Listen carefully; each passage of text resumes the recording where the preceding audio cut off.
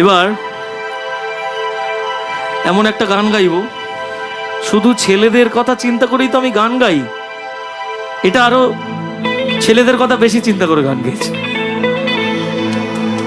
এটা বলাতে মেয়েরা ভেবেছি কি বোধহয় এবার আমাদের জন্য চিন্তা করে গান গেয়েছে, কিন্তু বেসিক্যালি আমি ওই ব্যর্থ প্রেমিকদের জন্য বেশি গান গেয়েছি জীবনে। আর এবার যে গানটা গাইব সেটা হচ্ছে অত্যাচারিত পুরুষ মানুষদের জন্য, যারা আসলে আগেকার দিনে স্বামী হতো, আর আজকের দিনে কি হয় জানেন, গৃহপালিত পোষ্য স্বামী। কে? বউরা কাজের মাসি। হ্যাঁ, 100টা বাড়ির মধ্যে 99টা বাড়িও দেখিয়ে দেবো যাতে কাজ করার আলাদা লোক থাকে।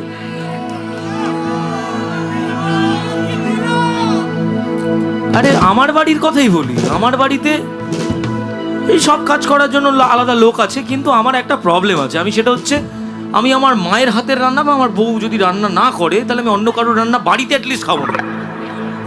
রিসেন্টলি দেখছি আমার মায়েরও মাই উঠেছে, আমার বউয়েরও মাই উঠেছে, বলছে না রান্না করার জন্য একজনকে রাখতে হবে। এবার আপনি বলুন বাড়ির মা বউরা কাজের লোক হয় কি করে? ওই 100টার মধ্যে 99টা বাড়িতে কাজের লোক আলাদা থাকে, একটা থাকে না। আপনি যদি সেই একজনের পক্ষে কথা বলেন তাহলে আমি কি করব? এই গানটা আমি তাদের জন্য আওয়াজ তুলেছিলাম যারা জীবনে কোনোদিন বউয়ের সামনে একটা কথা বলতে পারেনি। সত্যি কথা, কারণ আমরা বিবাহিত পুরুষ মানুষরা, ইনক্লুডিং মি, আমরা বউয়ের সামনে খুব ভয় পাই। মানে কিছু হলেই আমার জীবনেও তাই। মানে যদি ভাবি যে আমি বাবা আমার কোনো ব্যাপার নেই, আমি বিরাট ভয়তে ভয়তে এই গানটা বানিয়েছিলাম। শুধু বেঁচে গেছি এই কারণে যে এটা গান বলে, এটা গান না হয়ে যদি শুধু বউকে শোনানোর জন্য হতো তাহলে আমার আর বাড়িতে আশ্রয় হতো না। তাই আমি এটা সেই সমস্ত পুরুষ মানুষদের জন্য বলছি যারা আমার মতন পাপ করেছে। কি বলছি? বিয়ে করে ঘরে আনলাম শ্বশুর মশাইর মেয়ে। লাইনগুলো পুরো গোটা গানটা লাইনটা মন দিয়ে শুনবেন। বিয়ে করে ঘরে আনলাম শ্বশুর মশাইর মেয়ে, সুন্দর কইরা বর সাইজা টোপর মাথায় দিয়ে। প্রথম কদিন লাগতো হেভি, বিয়ে করে প্রথম তো হেভি লাগে, স্বাভাবিক। প্রথম কদিন লাগতো হেভি, নেইনি কোনো চাপ, পরে বুঝি জেনে শুনে করছি বড় পাপ। কারণ বউ আমারে অর্ডার করে, মিনিস্টার সে আমার ঘরে। মানে আমিও যদি কিছু বলতে চাই তাহলে আমি ঘরে একটা ঝগড়া লেগেছে যেখানে বউয়েরই দোষ, আমি কিছু বলছি, আমার মা হঠাৎ করেছে বলছে তুই কিছু বলবি না, ও যেটা বলছে ওটাই ঠিক। মানে ওকে, ও মিনিস্টার না হলে ওকে হোম মিনিস্টার বানিয়ে দেওয়া হবে। এটা চিরাচরিত প্রথা। আমার মাও ঘরে হোম মিনিস্টার হয়েছে, আমার মায়ের পরে আমার বউ এসে ঘরে হোম মিনিস্টার। আজব দিনকাল।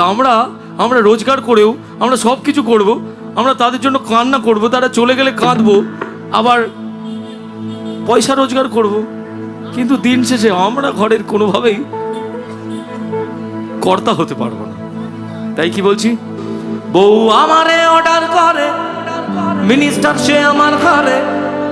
সোজা কথা বললেও পরে ঘুরিয়ে পেঁচিয়ে বোঝে। এমনটা কার কার হয়? সবারই হয়। হায় ভগবান রে, বউরে আমার বসে আইনে দে। ঠিক আছে না? আজকে বরং এই গানটা মিউজিক ছাড়া গাই, কথা প্রধান গান যেহেতু। তাই এবার কি বলছি, বউদের বেসিক্যালি মেয়েরা মেকআপ করতে পছন্দ করে, মানে খুব সুন্দরী তাও তাকে মেকআপ ময়দা ঘষতে হবে। সব মেয়ে না, ওরকম মনে হয়। তুই তো বাড়ির সামনে এসছিস বলে এরকম, দাঁড়া 2 বছর যা, তুই কলেজে ওঠ, দেখবি তারপর তুই কিরকম সেজে উঠিস। এইবার কথাটা হচ্ছে, আমার পকেট করলো ফাঁকা মেকআপের দোকান, আমার পকেট করলো ফাঁকা মেকআপের দোকান। আরে বউয়ের কাছে আমি ছাড়া সবাই সালমান খান। আমার পকেট করলো ফাঁকা মেকআপের দোকান, আরে বউয়ের কাছে আমি ছাড়া সবাই সালমান খান। কথায় আছে গুণে লক্ষ্মী, বাস্তবে তা নয়। আসলে পাই বউরে আমি জমের মতো ভয়। বেশি ভালো থাকতে গিয়ে একদিন আমি করলাম বিয়ে। বউয়ের মনে দেখি শুধু জিলেপির প্যাচ। হায় ভগবান রে, বউরে আমার বসে আইনে দে। এরপরের লাইন আরো ভয়ঙ্কর। প্রতিভক্ত নারী ছিল বিয়ের আগে সে। মানে যারা প্রেম করে বিয়ে করেছে তারা খুব ভালো করে জানে, প্রেম করা অবস্থায় গার্লফ্রেন্ড হেভি ভালো, কিন্তু বিয়ে করা অবস্থায় বউ হচ্ছে জমের থেকেও আদম। কে বলছে? একদম প্রতিভক্ত নারী ছিল বিয়ের আগে সে, মাথা খেলো শাশুড়ি মা সংসারে এসে। মিলছে কারোর সাথে? মিলছে?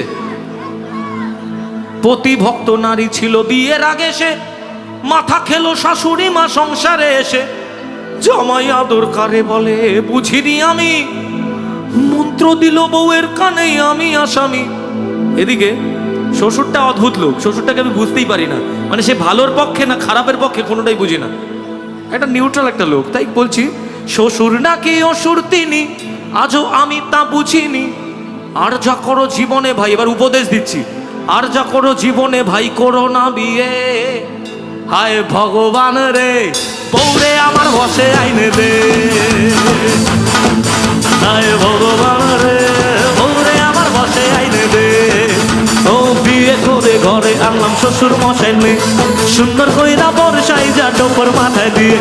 প্রথম কদিন লাগতো হেবি, নেইনি কোনো চাপ, পরে বুঝি জেনে শুনে করতি বড় পাপ। বউ আমারে অর্ডার করে, মিনিস্টার সে আমার ঘরে, সোজা কথা বললে পরে ঘুরিয়ে পেঁচিয়ে বোঝে। হায় ভগবান রে, বউরে আমার বসে আইনে দে। হায় ভগবান রে, বউরে আমার বসে আইনে দে। হায় ভগবান রে, বউরে আমার বসে আইনে দে।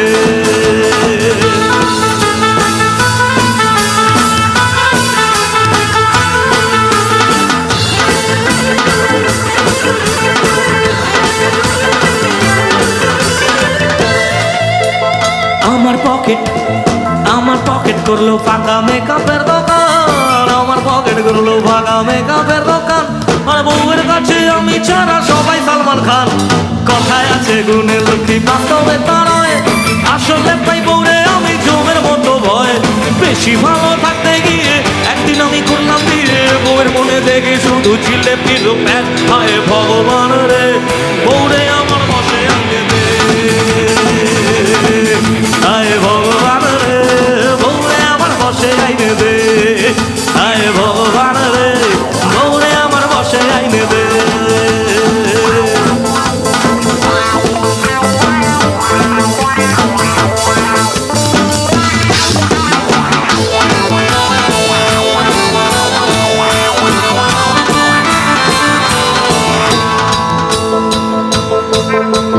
প্রতিভক্ত নারী ছিল বিয়ের আগে সে, দেখুন প্রতিভক্ত নারী ছিল বিয়ের আগে সে, মাথা খেলো শাশুড়ি মা সংসারে এসে। জামাই আদর কারে বলে বুঝিনি আমি, মন্ত্র দিল বউয়ের কানে আমি আসামি। এই শ্বশুর নাকি অসুর তিনি, আজও আমি তা বুঝিনি। আর যা করো জীবনে ভাই করো না বিয়ে। হায় ভগবান রে, বউরে আমার বসে আইনে দে। হায় ভগবান রে, বউরে আমার বসে আইনে দে। হায় ভগবান রে, বউরে আমার বসে আইনে দে। হায় ভগবান রে, বউরে আমার বসে আইনে দে।